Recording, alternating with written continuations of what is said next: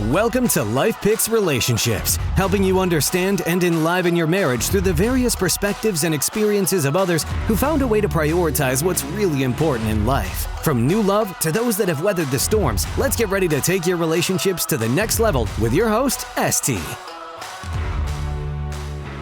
Hope you're having an awesome day. Did you book your trip yet? I don't know if it's your next trip or maybe your first trip, but I really hope that you booked it because you'll be so grateful that you went on that trip. Now, another question for you. Did you submit your relationship questions on lifepicksrelationships.com? You have a question and you deserve an answer. Let it be answered on the 200th episode with a few relationship experts. Go to lifepicksrelationships.com. On the podcast page, there's a place for you to put in all your questions. I can't wait to see what they are and for you to get the answers that you are looking for. Now, for today's episode, we've got a success coach who works with high-achieving millennials, especially in the point of transition, such as marriage or changing jobs or things of the sort. Thank you so much, Lisha, for being here. I am super excited. Guys, you can find out more information at coachlisa.com. All our links will be in the show notes as usual. Now, Lisha, you want to start by telling us, what do you think is the biggest challenge when people go through transitions? I see so many limiting beliefs getting caught up in the head of am I good enough? Those insecurities, even for the people that tend to be really confident, when there's something that's new and unexpected, there can be those questions of, do I have what it takes? I know I've done all of these things, but here's something new. Am I going to be able to do it? Am I going to be able to succeed at the level that I'm used to succeeding at? And so they get in their own way of success. And I've seen that with clients where I'm like, oh my gosh, you're amazing. You can totally do this. And then we have some accountability and they're going to go out and do it. And they come to the next call and they're like, yeah, I didn't do it. And I'm like, what happened? And they say, well, I just, I started thinking about it and I don't know, there are all these other people that do it so much better. I don't know if I have what it takes. And I see this person. So then there's comparison, especially with social media of if I'm not that, who am I to think that I can do it? And so that's where they just end up being their own worst enemy. Yeah. So if this is something we all have, two questions. First of all, how do we overcome it? Second of all, do you still think like that sometimes? Yes, well, absolutely. I do still think like that for sure. Yeah. And as far as overcoming it, it's really a matter of quieting that inner critic or that inner bully that says, you don't have what it takes, you're not good enough, or you're not going to be as good as other people or as you need to be. And so it's kind of then shifting into a mindset where it's like, okay, I'm curious. What does it take? What are my gifts? What excites me about this? How can I be successful? How can I bring what I have to offer forth and my gifts? What are those gifts? How can I bring that forward? How is that going to serve me in this situation? What do I want to get out of it? So just asking questions and getting curious, then what that does is it opens up the mind. Because when we're in that survival mode of can I do this? It's okay, how can I avoid failing? So then we're just looking at avoiding that big rock in the road. And it's okay, how do I not hit the rock? And all we can see is that big rock versus okay, how can I surf the waves? And then you're just looking for the wave and surfing it. It comes up and you're okay, I'm good. I know how to surf this wave. So it's much different when you're looking at how to surf versus how to avoid being pulled underwater.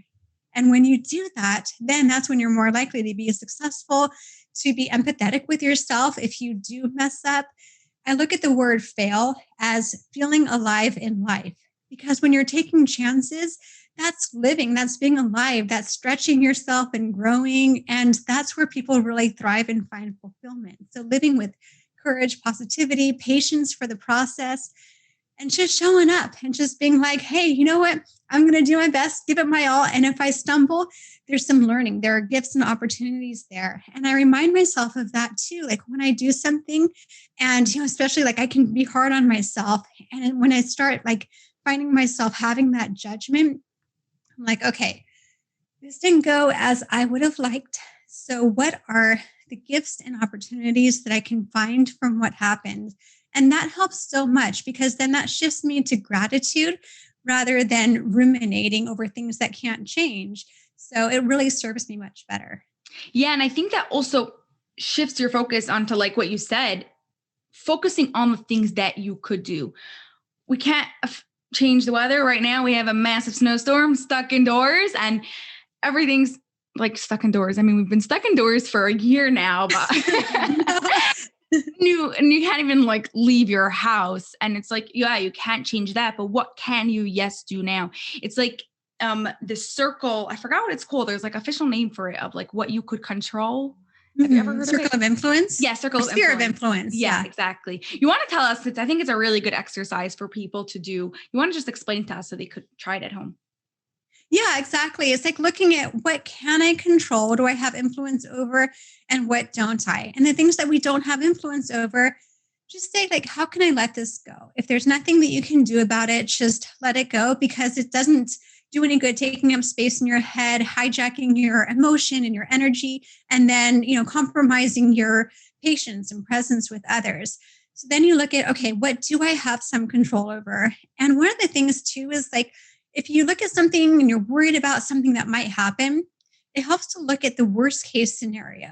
So for example, like, when I was launching my coaching business, I thought to myself, oh my gosh, like, if I can't be successful, if I don't know I can be successful, should I even go forward with this? And so then I thought, what's the worst case scenario? The worst case scenario is it totally flounders and, it's just not my thing. Well, then what would I do? I would just say, okay, let me look at what I learned from that and take that on to whatever is next. So once I came to terms with that worst case scenario, I freed up energy to improve upon that and to say like, here's what I can influence. Here is what's going to help me be successful rather than what's going to avoid failure. So it's looking at what's possible and looking at like what we do have that ability to influence and just having fun with it. It's that fun and creativity, curiosity versus like worry and resistance. Yeah, you have so much more energy and it's getting put in such different ways that you could go and do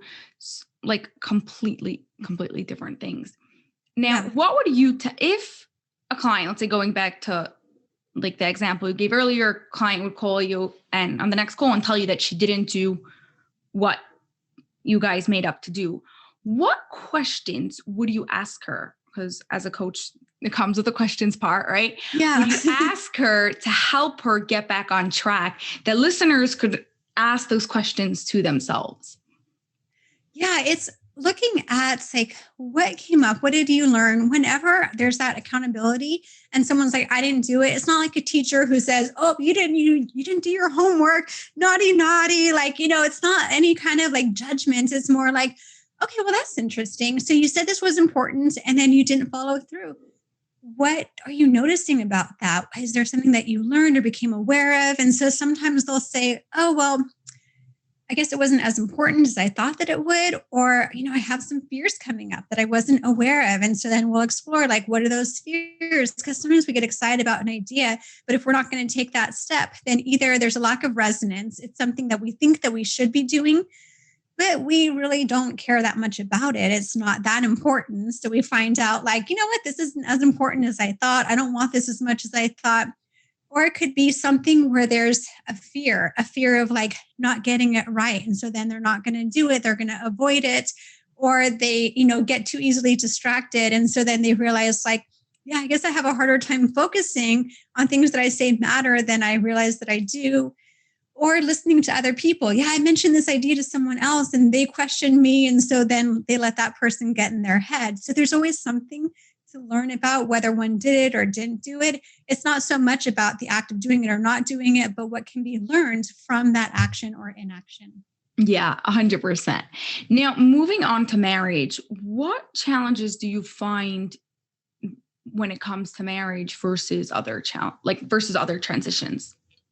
Yeah, well, marriage, of course, has so many unique challenges because we're dealing with, not just ourselves, but the other person. And so we're not in our own like sphere and like our own bubble, just going around doing whatever. Like we've got this other person that we're bouncing off of. And, one of the biggest things is like not showing up honestly and authentically in the relationship, but instead, like, for example, I have kind of a pleaser side. So there are times that I will go above and beyond and be like, don't worry, like, I'll make dinner again tonight because I know you're busy, even though like I'm tired and I don't really want to do it. Like, I will. And so I'm not respecting my boundaries.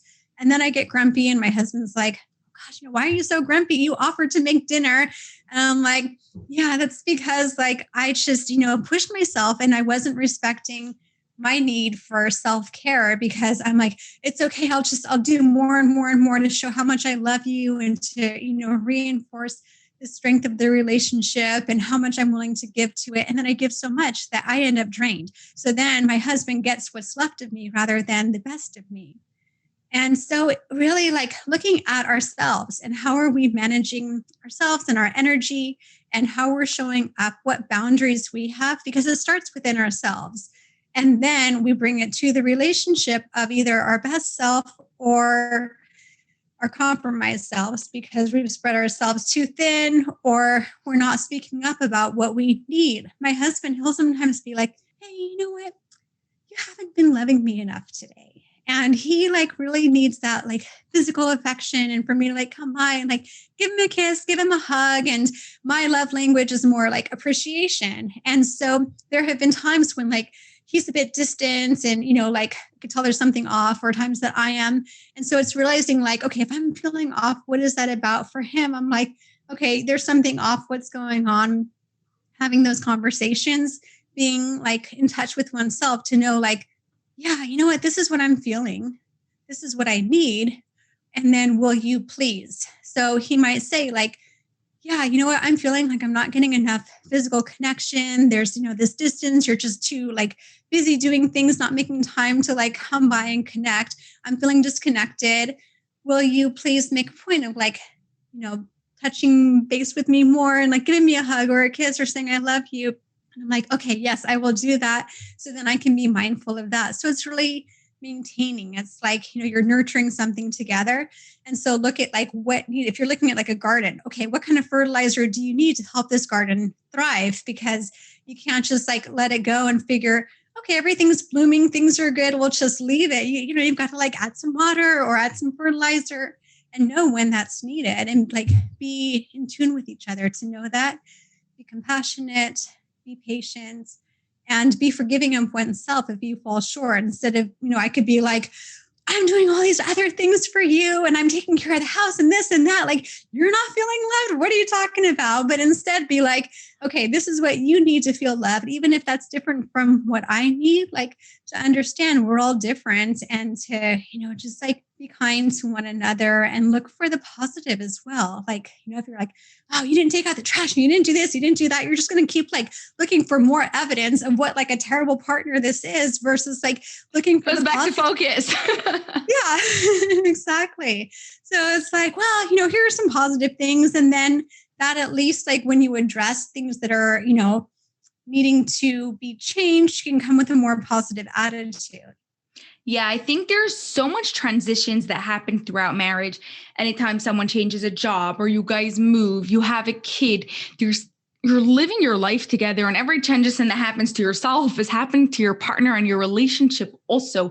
So constantly checking in and seeing, what do I need? What does my partner need? What does our relationship need is really, really important. Now, yeah, absolutely. That communication is critical. And it's, yes. Spending that time together to connect. It's, I was talking to someone who said that their wife was like, we're not spending enough time together. And he's like, what? Every night we watch TV for like 2 hours. That's plenty of time. And then he realized like there's more that comes from 5 minutes of meaningful conversation with undivided attention than those 2 hours of TV. So he was like, wait, I can actually like get more quality in less time. And it's not like she needs more time. She needs more quality and attention. Yeah. It's a really big one. That goes back to also understanding 5 love languages and your partner and their specific needs. So that way you could really go and give them what they want. Now, when the transition goes from engaged, or first, I guess, a relationship, engaged, then you're married, honeymoon phase, and then it fizzles out. At the transition of the marriage, there's a lot going on because now it's like, okay, you're committed, you're married, and now it gives a whole different view and a whole different dimension to your relationship. How does that affect the actual relationship and the people that are in it? Yeah, that can create a lot of hiccups at times especially like if what was established before marriage, if those expectations change after marriage. That was one thing that I had heard about when my husband and I were dating, and then we were like living together for a brief time before we got engaged. And people, I remember hearing someone say, like, there are times in a relationship where they'll kind of develop a routine. They'll have the routine where they're both doing laundry, both cooking and cleaning, and it's very like egalitarian. And then they get married. And all of a sudden, sometimes there are some changes in expectations where the husband might be like, well, now that you're my wife, then I expect that you're going to be doing like more of the cooking and more of the cleaning, like especially if it's like, more traditional expectations, especially with some cultures, then, they still have those, which like now it seems kind of old fashioned, but there are plenty of, families that I know where they still expect that the woman is going to have the traditional roles, the man is going to have the traditional roles. Women still tend to take on more of the child care, more of the logistics. And so if it was very equal before marriage and then after marriage, there's a different expectation, that can cause a lot of friction because it's like, whoa, okay, why is this showing up? You're not doing laundry now? Hello, what's happening? So it's important to kind of, think about if we're going to be together long-term potentially, like how are we going to want our relationship to work and set that as the precedent early on. So if it's like, where you are going to have like more defined roles, like do that right from the start rather than it being like a bait and switch.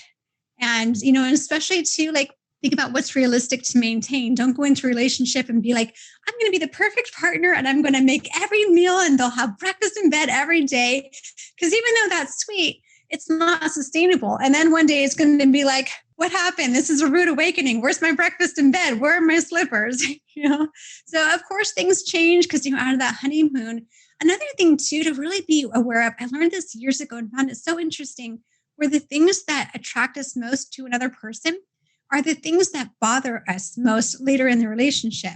So something like, oh my gosh, like they're such a hard worker. They're so disciplined and dedicated to their career. Later becomes, they're such a workaholic. They don't know when to call it quits. They're working all hours. They don't have time for me. And it's like, okay, that was like what drew you in. And now it's what is causing you to get frustrated. So we can either like just choose to close our eyes to that or to say like, this is something to be aware of, that this is like, a strong trait. And then to know how to like create boundaries around it. With my relationship, my husband, he's very protective and very like loving and vigilant and, always looking out for family, which is great. And that's what I really liked about him, was like he was so close with family and checking in with them. And then later on, I'm like, oh my gosh, you're like always on the phone with your family. Like you're like obsessed with them. And I want to go out and you're like worried about where I'm going and if it's safe or not. And so, that part can sometimes be like a little annoying. So then I've had to say, hey, you know what? Like, this is who you are. And I respect that, but let's have some boundaries. This is what I need from you. What is it that you need? How does this sound? So that we can work it out so that those extremes don't start to compromise the relationship and also don't bring out the worst in us. Like for me, I tend to be like more of a pleaser and, oh, that's fine, do whatever. But I need to also keep a check on that to not let that go too much in order to be too accommodating. Yeah. And I think also that when you understand that he's a family person and that he's wants to know where you're going all the time, not because he's controlling, but because he loves you and he cares about you, then you could go and approach it from a different perspective because that's it. It's coming from a place of love. And when you understand your partner's history, their patterns, this is like things that annoy you, you could really look at things from the past. Like, how was it different? What was the same thing he did in the past that was like a teeny bit different? And you can understand why they're doing it now and it give you different perspectives so that we could go and figure it out. Right. There's the whole saying of like, seek first to understand and then be understood. So it's getting curious about like, what about this is important to you? And, often we'll be like, well, because, I just love you and I'm, looking out for you. I don't know if that's a safe area to go walking in when it's dark. And me being very independent, then I have to be assertive and be like, I understand that. And I thank you for that concern and that care. How about if I make sure I have my phone with me and I can, call you if something comes up. And so then we have an agreement where I'm not having to step on my values to, be like, oh yeah, I hear you and respect you. Okay, whatever. But it's just, it's kind of finding that balance. Yeah. It's also interesting, like you said before, the part that you're a people's pleaser and for him, he plays a really interesting position because he wants to go and support you to go and be who you want to be. You want to be independent, but you also don't want to be a people's pleaser. So if you're saying, oh, go into whatever because you're a people's pleaser, he has to go and figure out the way how to say what to say. So that way he's letting you be your own person. He's not controlling you. He's letting you be independent, but at the same time, helping you get your goal of not being such a people's pleaser. Right, exactly.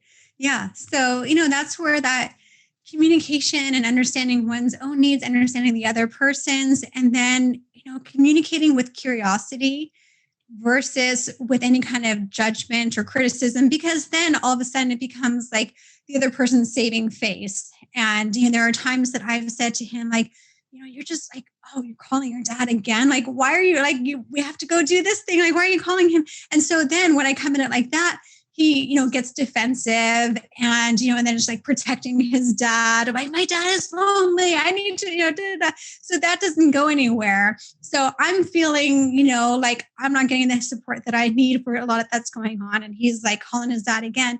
So then, if it's more like, hey, this is going on. Do you think that maybe you can help me a little bit? Then he will know, okay, I need support and maybe make that call a little bit shorter without, me putting pressure on him. Yeah. Or sometimes it could be just like choosing the right time to do it. For right now, he needs your attention. And he knows usually when he comes home from work, that's not a good time to do it. Then he'll find a different time to go and do it. That could go and work for both of you. Yeah, exactly. There are times when, he'll be like, well, I didn't know that this was going on. And I'm like, yeah, I just kind of assumed that you would know, like, hey, it's this time of day, this stuff's happening. So we also like need to be careful about assumptions that we make and getting in our heads and getting too wrapped up. So in order to communicate from that place of groundedness, we need to first kind of get grounded and, and really like take a few minutes to focus on breath or to focus on some like other sensory experience in order to shift our brains from that kind of, controlling fight or flight into kind of that calm energy that's more in the right region of the brain, and then engage from that place so that it's like, sage to sage versus like my Darth Vader going at his Darth Vader. And then we've got like, all of this craziness. Yeah, I especially find that people who are high achievers and who are really smart and they just assume like, yeah, obviously this is what we're going to do because they're already up like 6 steps later, figuring out, trying to go and what to do. But then like the basic things that, well, duh, was just in their head, but it never came out, never got spoken about. So it's so important, just like never to assume. Yes, exactly. Yeah. Just, curiosity. What? Yeah, just stay in curiosity. Yeah, literally. Yeah. Now, I'm curious, how long have you been doing this coaching for with high achievers?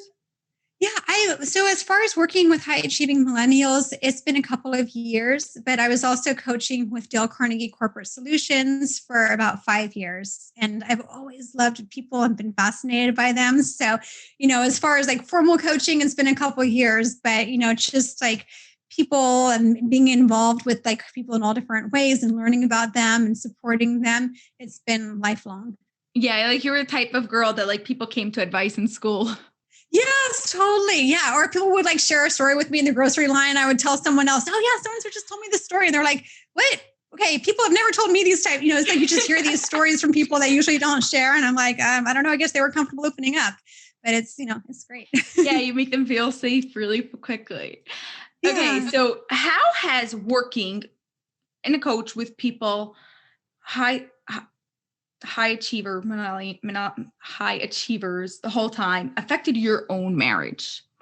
Meaning being in a surrounding with such high achieving people, and all right, you don't want to compare like we spoke about earlier, but how does the skills that you've learned and the people you've met affected your own relationship? Well, being a high achiever as well, then I can relate to them, and I'm like, oh yeah, I get where they're coming from. But it's great because it's like a mirror, and it helps me to see like, oh, okay, this is what it looks like from the other perspective, and kind of seeing it from someone else's point of view has been enlightening for me too. So it kind of helps to bring even more awareness as I learn from people that I'm coaching. And it also encourages me to keep working on my relationship and to honor that commitment. Because if I'm asking others to continue learning and growing and encouraging them, then I need to be doing the same. And that's why I have a coach, and I keep active in the coaching community. It's like you wouldn't want to go to a doctor who he or she, they don't go to a doctor. So it's like, well, you're okay. This is weird, So I'm, constantly learning and growing and using my experiences with clients as inspiration for that. And for looking at like, okay, here they're pushing themselves in this way. Like, where is this showing up in my life? How can I use this as a mirror to see more in depth and have a different perspective on my life? And also too, to like have gratitude for what I have. And because it's easy, especially in the pandemic, when we're just like living in this little bubble together, then everything's under a microscope. All the cracks start showing up. And I'm like, oh my gosh, like this is like 10 times more annoying than it used to be. And so it's like, no, how can I have that appreciation and choose? It's all about a choice. Like we choose how we look at things. My husband, he loves to do like projects around the house. And I always joke with him that he like gets to 90% and then he's like, okay, I'm past the challenge of doing this. And he gets bored with like the details of like the little touching up. And so sometimes I focus on that 10% and I'm like, but you still need to like repaint this area. Yeah, it's all like fixed up. But what about that 10%? Instead of focusing on that 90%. And if I'm telling clients to like focus more on that 90%, it makes me kind of look at, okay, check in here. Am I focusing on the 90%? Or am I looking at that 10%? Because I have that perfectionist side where, I notice like one little flaw and I'm like, ooh, that thing. So, yeah, literally it happens to me all the time. Every time I work with a client, and there could be 6 clients in a day. And I'm going through each of them and I like, okay, that I have to learn from that client and that from that one. And we spoke about that today. So I have to go and do that. And I feel like I get all those sessions also, besides for just what they got from that specific one. Right, exactly. Yeah, it brings up so much for them and then also within us. So it's a gift both ways. Yep, exactly. Okay, so for our very last question, how would you describe an extraordinary relationship without using these 3 words? Love, connection, and communication. I would say there is admiration.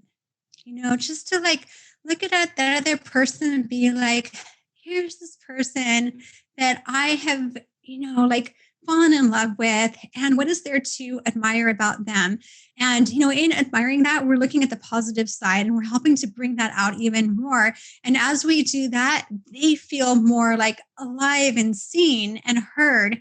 And then in reciprocation, like we are more likely to feel seen and heard and loved. And there's this, or not loved, but seen and heard. So there's like this, this safety. And so, yeah, I'd say to just like, really hold that lens of, admiring one another and holding that. I love that. I love that so much. And I feel, not to put it down what you're saying, I hope my example is not going to ruin it because it's just so, the way you explained it so well. But I feel like in the beginning stages, in the honeymoon phase, there's like the admiration is really big. Mm-hmm. And if you have that admiration as life goes on and that phase goes down and the challenges come up and there's more transitions, then the admiration only grows so much more. Yeah, yes, absolutely. And, looking at those early days, it's not like the person has changed. It's that life settles in, the novelty starts to kind of fall by the wayside. So it helps to revisit. Like I often do this too. I think about like the early days when we were dating and what I was like just so excited about with him, and remind myself to like really bring that back into front and center. and, let myself like live into that. And sometimes too, it can remind us of like, oh yeah, I used to do this, or we used to do that together. And so like maybe, revisiting some of that can, just bring in some of that like extra aliveness and fun, having fun with each other and just being like sage to sage versus, there are these like saboteurs that we have where it's the judge of ourselves, judge of others. And that tends to come in later. It's like, oh, how cute. They have their own way of like opening up the toothpaste. And then later on, it's like, why do you squeeze the toothpaste from the middle instead of from the end? Like, what's wrong with you? And so like, that's where these things that used to be endearing all of a sudden become pet peeves. So kind of looking at like, staying curious. I used to find this cute. Like, yeah, exactly. How can I find this cute and endearing again? Like, does this really matter? And so, it's just having fun with it and being like, oh my gosh, isn't that funny? He forgot to take out the trash again. And yeah, it's literally having fun with it. And then life is an adventure. It's a game. And it's not like another thing that went wrong.